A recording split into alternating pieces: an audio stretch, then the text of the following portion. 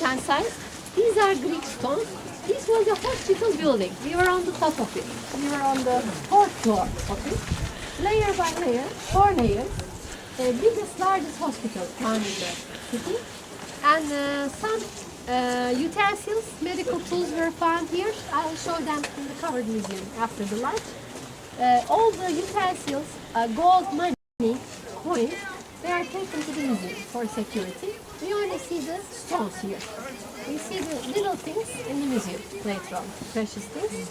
And the columns are here, as you notice. And here, on your right-hand side, behind the columns, you see 2 gentlemen. Do you see that? That's your side. Original release on your right side here. What is it? 2 people. I will tell their names. The one without the face has got the damage on your right side at the corner. His name is Sila or Sulla, S-Y-L-L-A. He was a dictator in the Roman army. He was not a very successful commander. He was in love with himself. I mean, he was a megalomaniac type of person. He murdered his grandson here. Not a nice thing. Everybody got mad when they heard the event, but he did.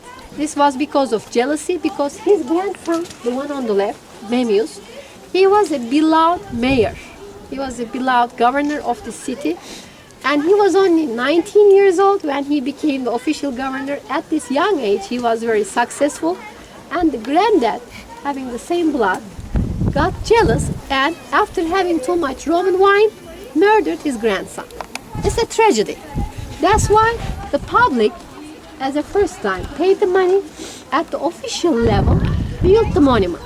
This is the monument for grandson and granddad, for Memmius and Sila. Italian people call him Sulla, the others call Sila. But he was not he's not a loud, beloved character. After the event, Julius Caesar, he was the head of everything at that time. He sent the murderer, the granddad, to North Africa by the boat. How come? He fell off the boat and disappeared in the ocean. They said it was an accident, but it was not. It was a strategical plan of Julius Caesar. He said, "Oh, I'm so sad about my friend. Did he die? How come?" But he knew what was happening. Did you get the idea? Roman tricks. Here there is another figure, just over there. Do you see the snake? Snake? Yes. This is the symbol of hospital. Medication, medical symbol. Snake and the pot. Sometimes 2 serpents or 2 snakes, sometimes 1, like this. They use snake poison as antidote, like vaccine. They gave a little bit snake poison to the body for resisting the body, good immune system. It was with scorpion poison or snake poison at their time. But the patients, they didn't know what they had. They mixed it with milk and honey. Good taste, but there was some poison in it.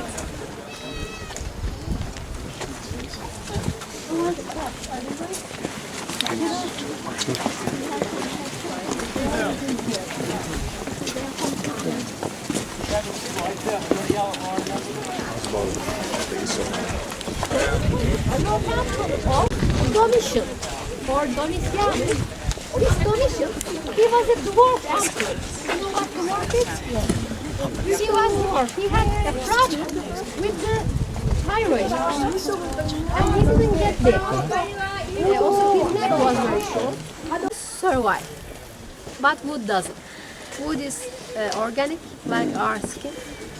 After a time, it's gone. Forget it. They were covered with wood, not stone, so the wood is decaying. So they had to open the bigger tree.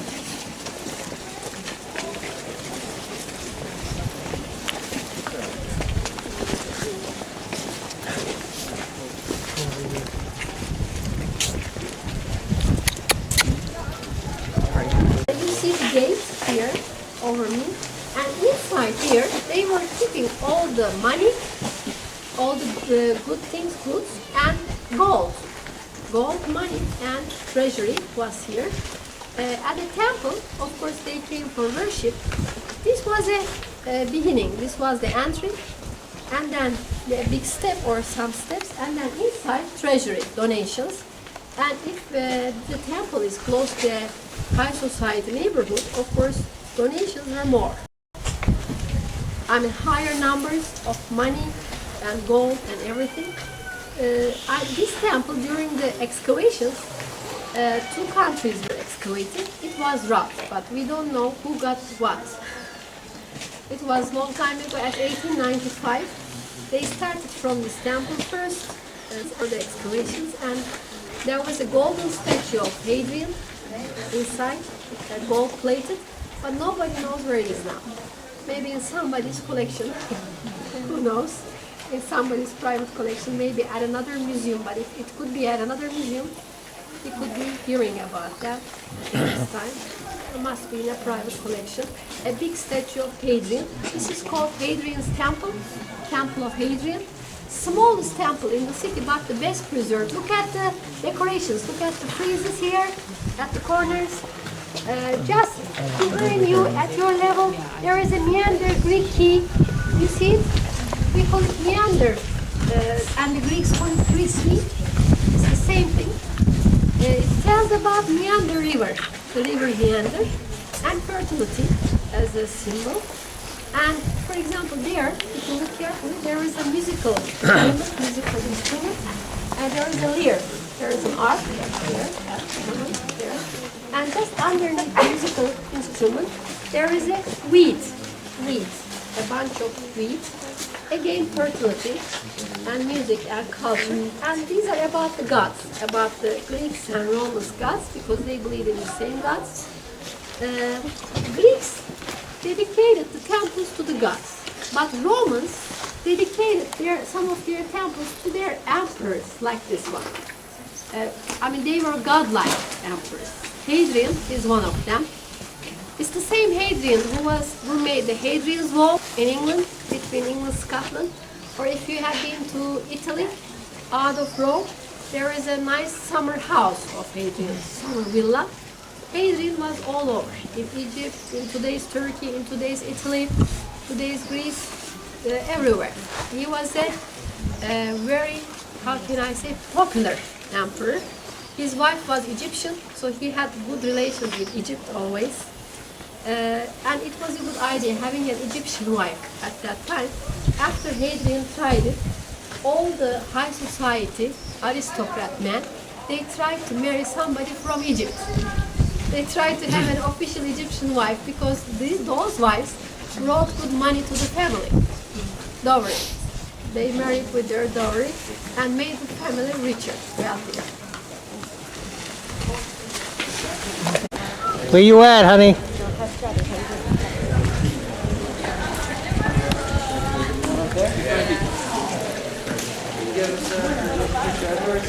Hi. Right around the corner there, you'll see a gate with black cloth on it. It's right behind. In it is the statue of Artemis. Really? Yeah, it's either reconstructed or it's original. It's hard to tell. Nice.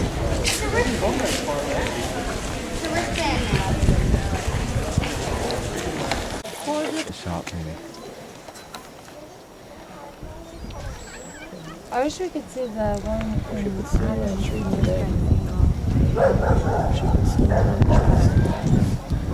I think actually up just off of Mars Hill, if you can look through the trees, you probably could.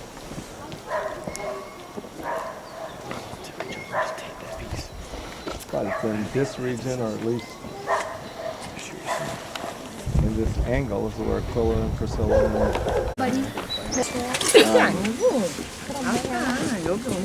the trade union of the silversmiths is very unhappy with what Paul's doing. They feel like it's a affront to the goddess of the city, Artemis or Diana.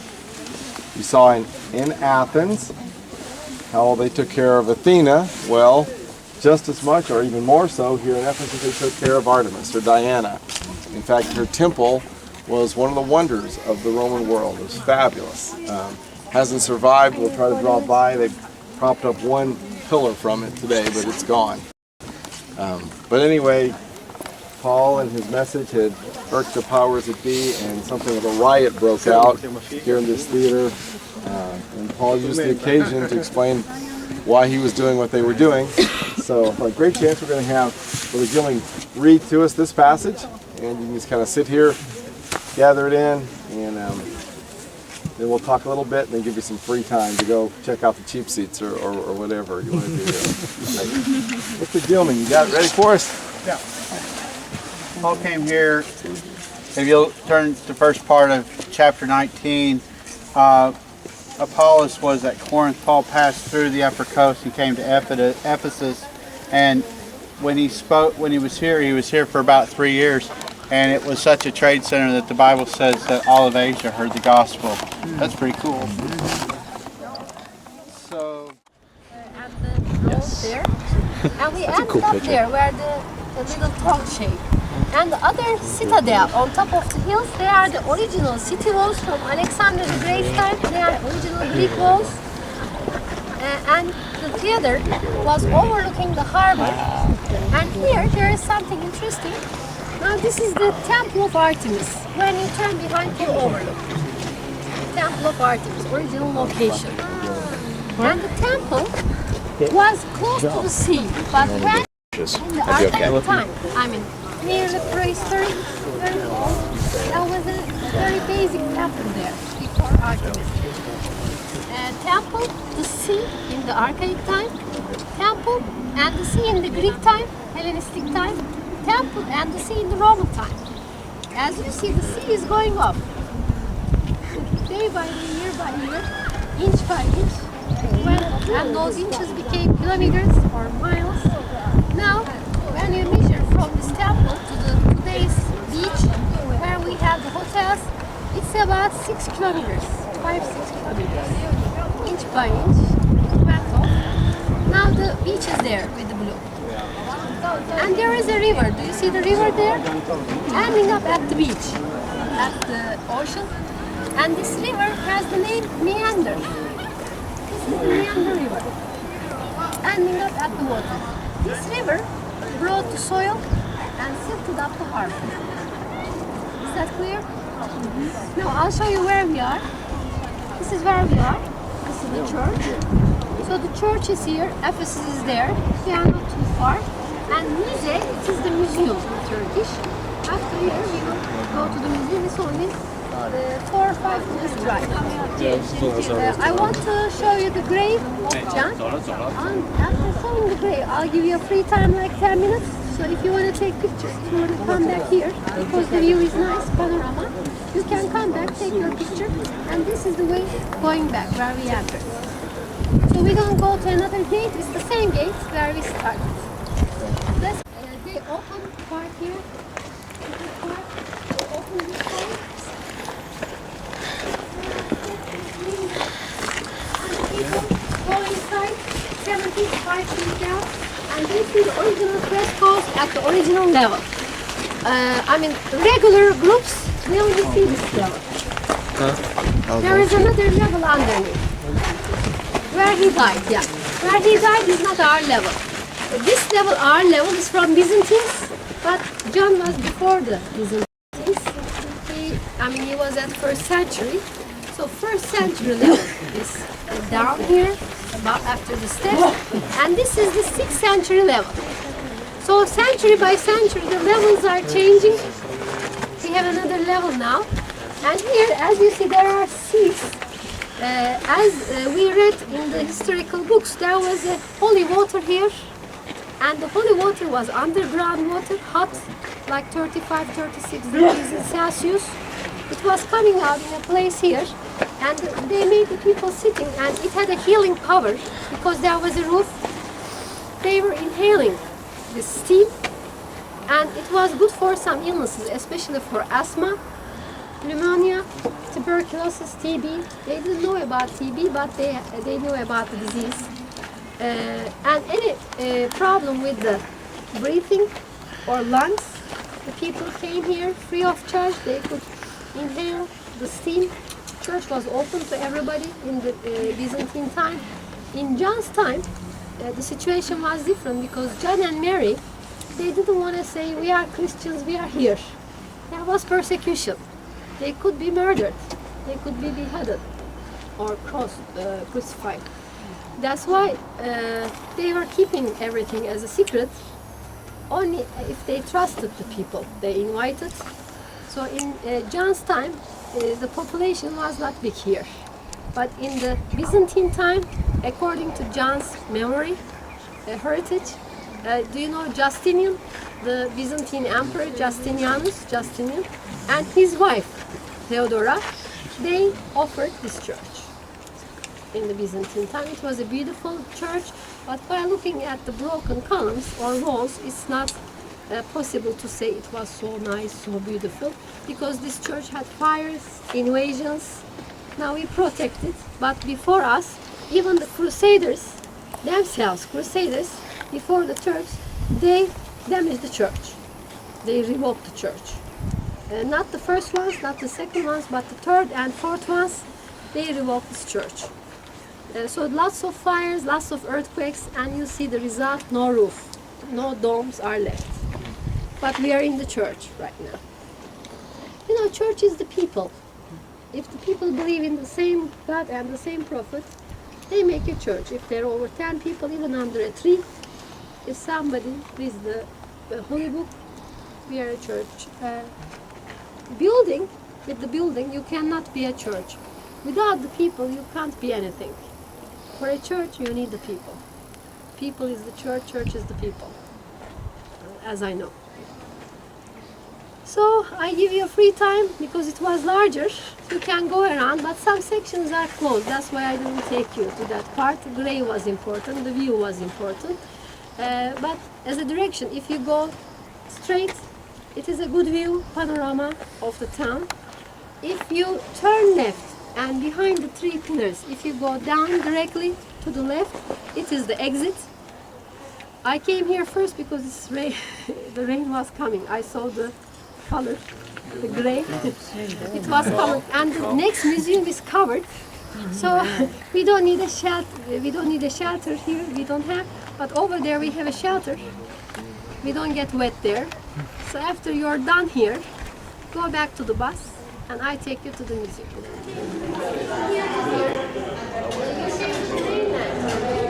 This is Ephesis, and it's close to Ephesus. And we are over here, in Western Turkey, in Minor Asia. And here we have Istanbul, Constantinople, Ankara, and you hear about Mount Ararat. It's also in my country, all the way to the east.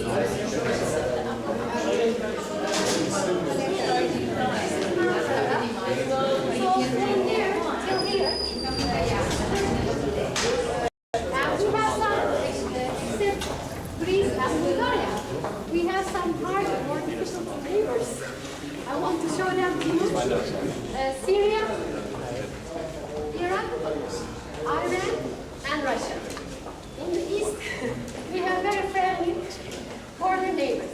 But if you ask me how many kilometers or how many miles from here where we are to the eastern border, it is still about 1,400 miles. Such a big distance from one end to the other end of Turkey. You cannot do it in one day. If you're on a bus, you need nearly 1 week to see. So we're at this end, and our eastern and northeastern and southeastern neighbors at this end. But even if you go there, it is safe, because I sometimes have tours there. The buses I go there. And I was in Syria about 1 month ago. I visited the places in Syria. Syria is our border neighbor. Where Polish border, Tarsus, some people ask me Tarsus. It is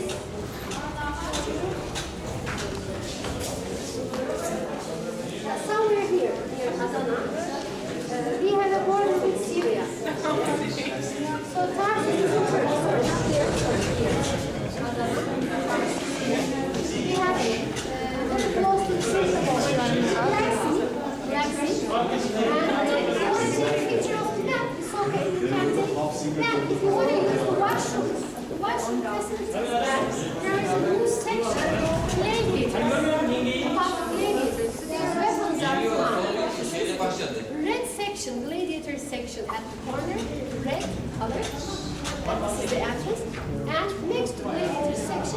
wash specifically of trucks.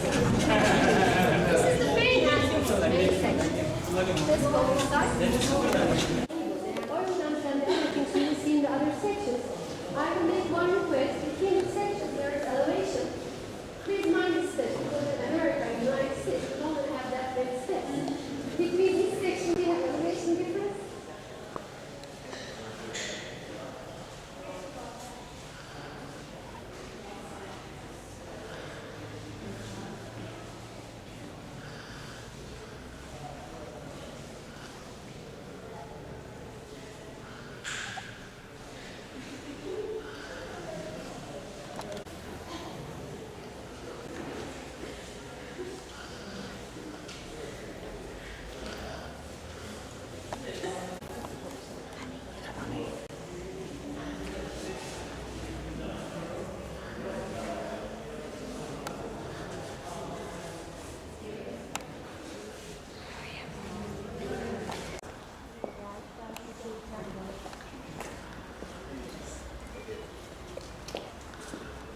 A, B, C. Excuse me, Maddie. All right, what time does that say? I don't know. What time is it, man? Oh. Tell me it's time to catch the bus. See you later. It really says that? Is that like a